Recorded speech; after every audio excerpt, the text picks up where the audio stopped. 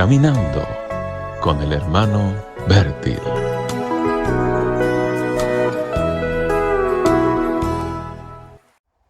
Hola, ¿qué tal, amigos? Muy buenos días.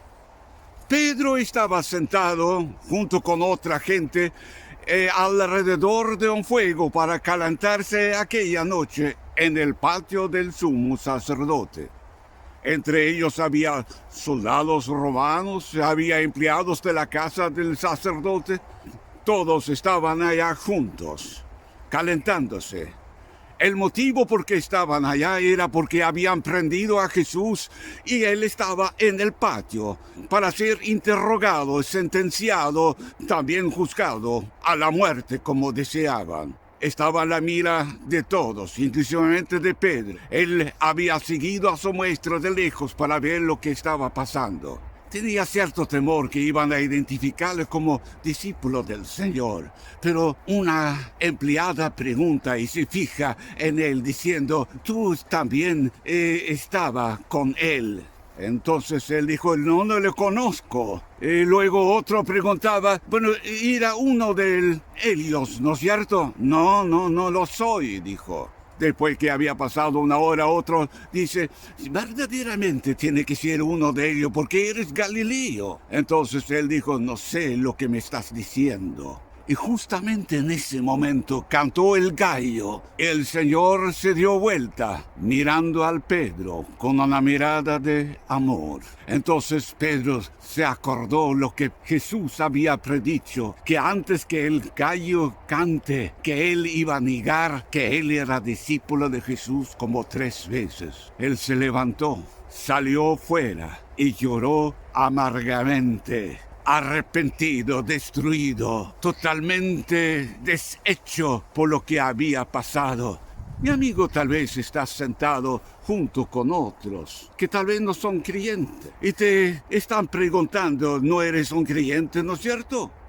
Y tú estás negando rotundamente que no tiene nada que ver con iglesias. Esto es muy fatal y muy serio. Te encuentras en la misma situación como Pedro y tiene consecuencias para toda la eternidad. El Señor dijo, cualquiera que me niegue delante de los hombres, negaré yo también delante de mi Padre Celestial.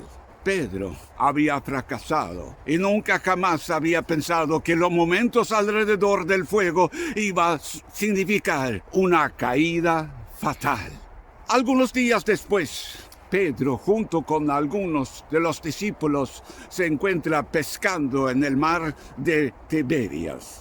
Habían pescado toda la noche sin recibir nada, pero en la madrugada vieron que había un hombre en la orilla, en la playa del mar. Era un hombre aparentemente que había prendido fuego y tenía una brasa y tenía un peso pan, seguramente arreglando alguna comida. Y le observaban y se fijaron en él. Y uno de los discípulos dice, es Jesús, nuestro maestro, el resucitado, él está allá, es él que está allá. Pedro, que estaba lleno de remordimiento y tristeza, con pensamientos negativos, para él todo había sido destruido allá en el patio del sumo sacerdote, al lado del fuego.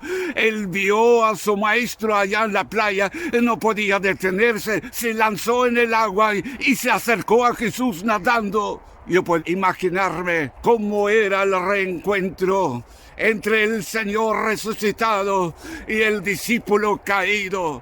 Un abrazo de amor, de palabras de perdón, de reconciliación, de besos y de lágrimas de arrepentimiento.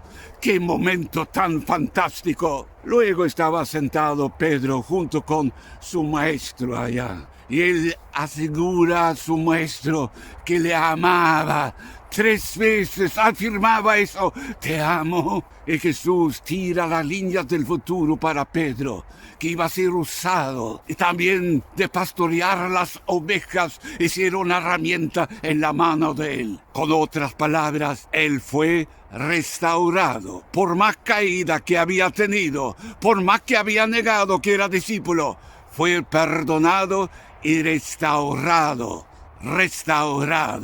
Mi amigo, el Señor Jesucristo está allá en la playa de Tiberias esperándote a ti también, tú que has tenido tu fracaso. Él no te rechaza, Él te está esperando con brazos abiertos, también para que tú seas restaurado y perdonado.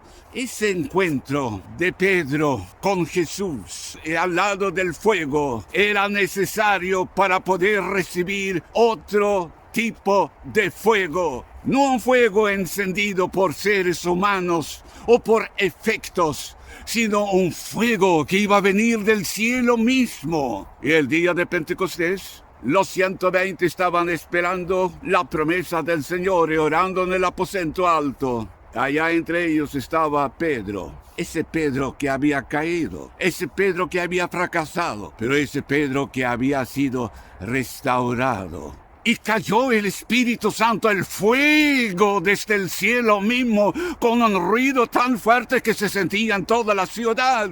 Y se sentía como un viento fuerte y se asentaba lenguas de fuego sobre cada uno de los 120. Todo el pueblo se preguntaba qué pasa aquí y se juntaron para preguntar a esos apóstoles qué estaba pasando y que no habían visto antes. ¿Y quién era que se puso de pie para dar una explicación y un sermón fuerte a todo ese pueblo? Era ese Pedro caído y restaurado. Se puso de pie junto con los otros apóstoles y predicaba el puro evangelio, y 3,000 personas fueron salvadas y bautizadas en ese día. ¡Qué fuego!, ¿no es cierto? Es ese fuego que todos nosotros necesitamos. Era ese fuego que nos ayuda a evangelizar. Es ese fuego que nos ayuda a vencer.